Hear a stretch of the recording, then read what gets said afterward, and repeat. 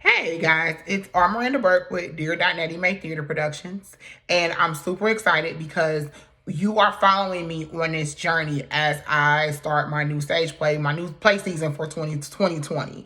Last week I had said that I was not going to share what the name of my play was, but I thought about it, and I'm like, you know what?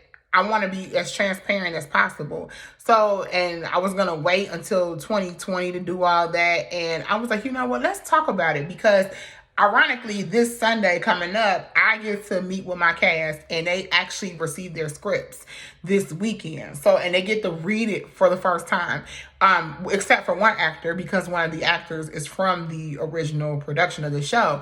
So, the name of the play that we're doing is No Ordinary Love. And I'm really, really excited about putting that play back on. And again, shout out to Nataki Lewis for being being a light and being a plug in my ear to put that story back on. And as a writer, and I want to talk about the whole process of my journey on why I particularly picked this show as a writer and why, the 7-year jitters can kind of come into play because it's a 7-year difference. And we are in a society where we like to compare ourselves if we do better here and whatnot. So, the whole process of this, the reason why I decided to do this show again is because it was something that did not get shared in the last show. And Dear Nettie May has always been a theater production company where we're Christ-centered. And it's funny because when I came back here 7 years ago, and I was in that unfortunate situation where I couldn't afford to go back to school and I had to do my own theater company, I fell prey, and this is just me being transparent, and it's not these people's fault. This is more of me thing. I fell prey into listening to other people, and it created this chain of always changing my vision for other people because maybe I thought they knew better than me. And it's funny. So when I looked at No Ordinary Love recently, I looked at it over the summer actually because I knew at this point this was a show that I wanted to do again because I actually do have No Ordinary Love on DVD. And I went back and I looked at that show and I'm like, okay, this is not a bad play. There's some things I can do better, when I do this play and whatnot. But then I went back and I read the script. So it's very important to always go back and read your work because sometimes when you do bring stuff from script to stage, you do make a lot of changes and whatnot. But when I read the script, I was like, you know what? There was nothing wrong with this script. Why did we make the change? Why? And I noticed we pulled the key component out, and that was the element of Christ for me. And that's so important because that's the foundation of who I am as a woman, as a woman of God.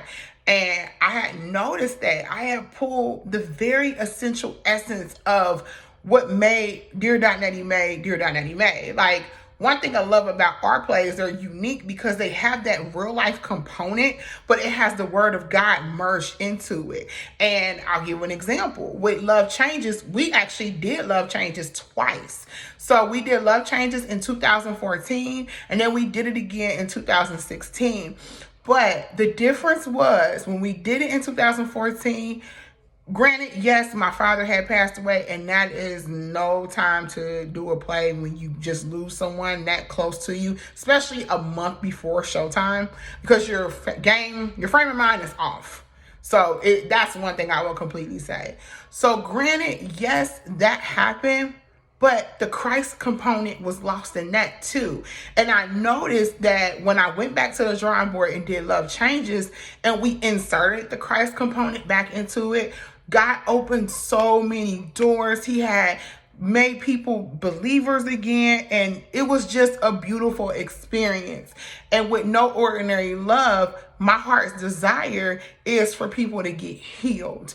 And I cannot honestly wait till we start sharing the journey and the process of bringing No Ordinary Love from script to stage, because you'll get to see things that we as a team, as Dear Nettie May, that we're doing very differently going forward in 2020 into this new decade for this new stage production. So it's so many firsts with this show. Well, it's not even so many firsts. I call them full circle moments.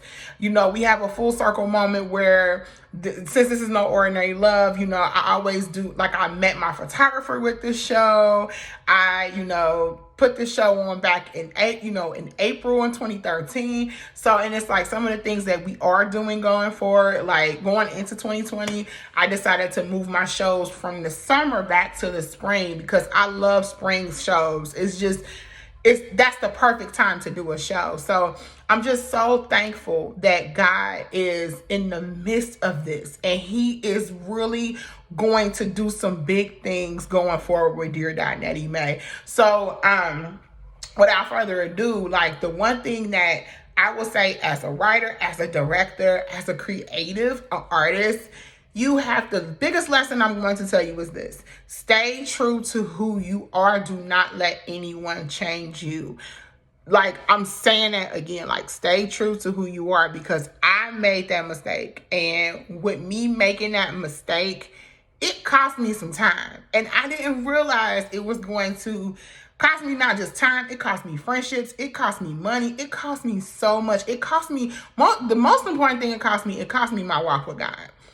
My motto has always been, when I started this journey as a playwright, as long as I touch one person, God uses me to get one person saved off of any of my shows, then I fulfill my purpose.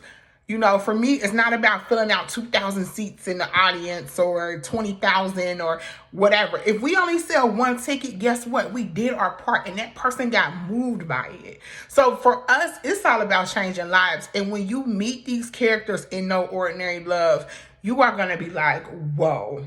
So I'm like really excited because you get to see characters, you get to see the reality of people, of what happens when you lose your way with God, when you think the grass is greener on the other side. You get to see people who are like, I will never believe in God. What happens when they do that?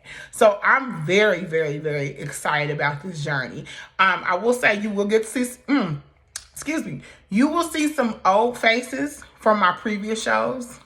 But you're going to see so much new, beautiful talent this show. You're going to be like, oh my gosh, I cannot wait. I'm so excited. I can't wait to tell you who they are. That's the only part that I am going to hold on to as much as I can, because it's so important to protect their energy and their peace and their space because of the roles that they're playing. So I'm not going to dive in head first into saying who all my cast members are, but I'm excited. You will get to follow us on the journey. I will go live sometimes on social media, and I will record sometimes different, like a glimpses of our table reading, or, you know, boot camp, slight glimpses of that, because that's going to be very, like, sacred. Photo shoots and rehearsals and, you know, our meet and greets and when we do get together, because this particular show is going to be such a life-changing event. So make sure you do follow us on all of our social media handles: Facebook, Instagram, Twitter, Snapchat. Follow us on there. Follow our website. So I am so excited for what's to come in 2020. I'm still going to do a couple videos before we end 2019.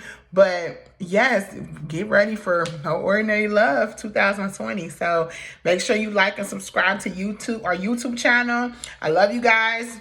Have a great day.